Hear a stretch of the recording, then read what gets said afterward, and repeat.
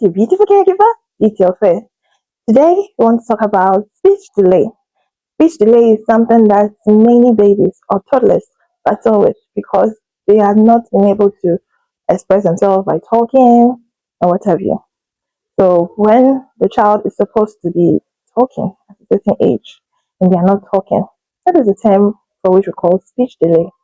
And many children go through that phase. It doesn't mean that your child is having any special problem, unless maybe it is being diagnosed and proven by the medical doctor that your child has, you know, some probably a throat infection or certain other ailments that is causing that delay.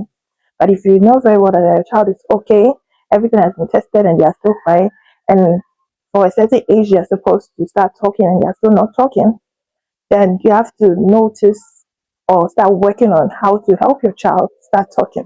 One significant thing I've realized is that most children that have speech delay are in families where the parents hardly have time to talk to them.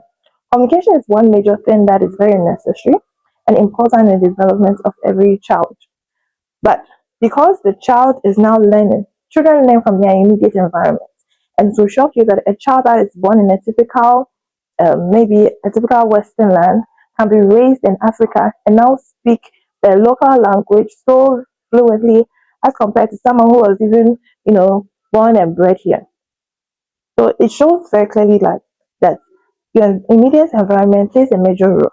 The people your child is, engaged with from time to time and all that help the child to be shaped into who they are going to be in the future.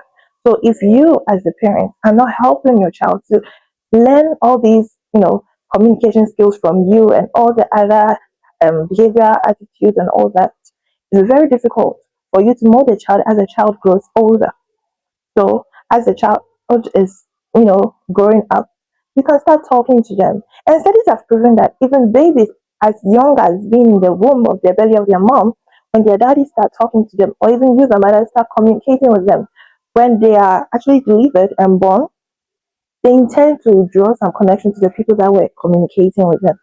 Yes, it's very mesmerizing, but it's true. So the same thing should tell you that as a child is being born and being raised, you have to still continue communicating with them. Even if you want the child to be smart, there are studies that have proved that the early stages are the most critical stage, and those are the stages for which your child even needs to adopt so many things. Because as they grow, the brain would have already formed, and all the developmental stages in your child has been completed. So it's even much more difficult to learn certain things that they probably didn't start with.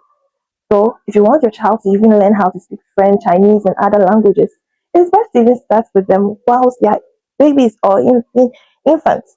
So by the time they grow and mature and fully, getting into the classroom settings, the upper classrooms and what have you, you see them being scholars and all that.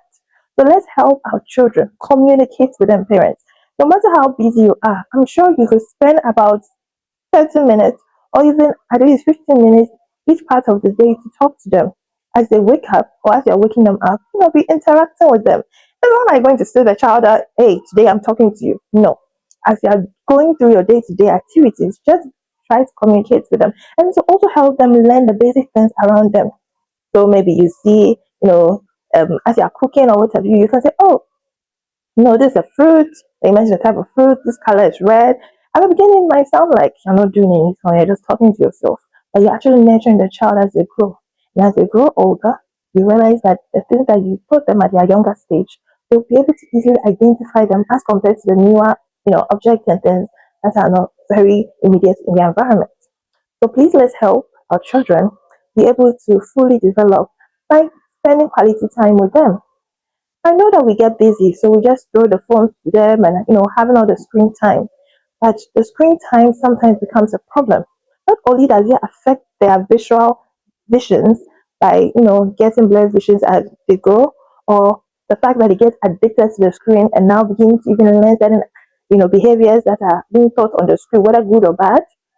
You also have to know that spending quality time is a very necessary thing that helps the children bond closer to you as a parent. So let's make time as they are home, this vacation, or even as your child is with you. Even if there's a nanny or a caregiver being responsible of your child, still find some time and talk to them. As for me, I have fond memories of my parents when I was young, with the little things that they used to do, the little outings we spend together, or even the normal things we used to do at home. And I believe that your kids as well will have those core memories when you do spend time with them. So please let's have quality time with our kids and have a lovely day. The beauty caregiver, beauty affair. Bye.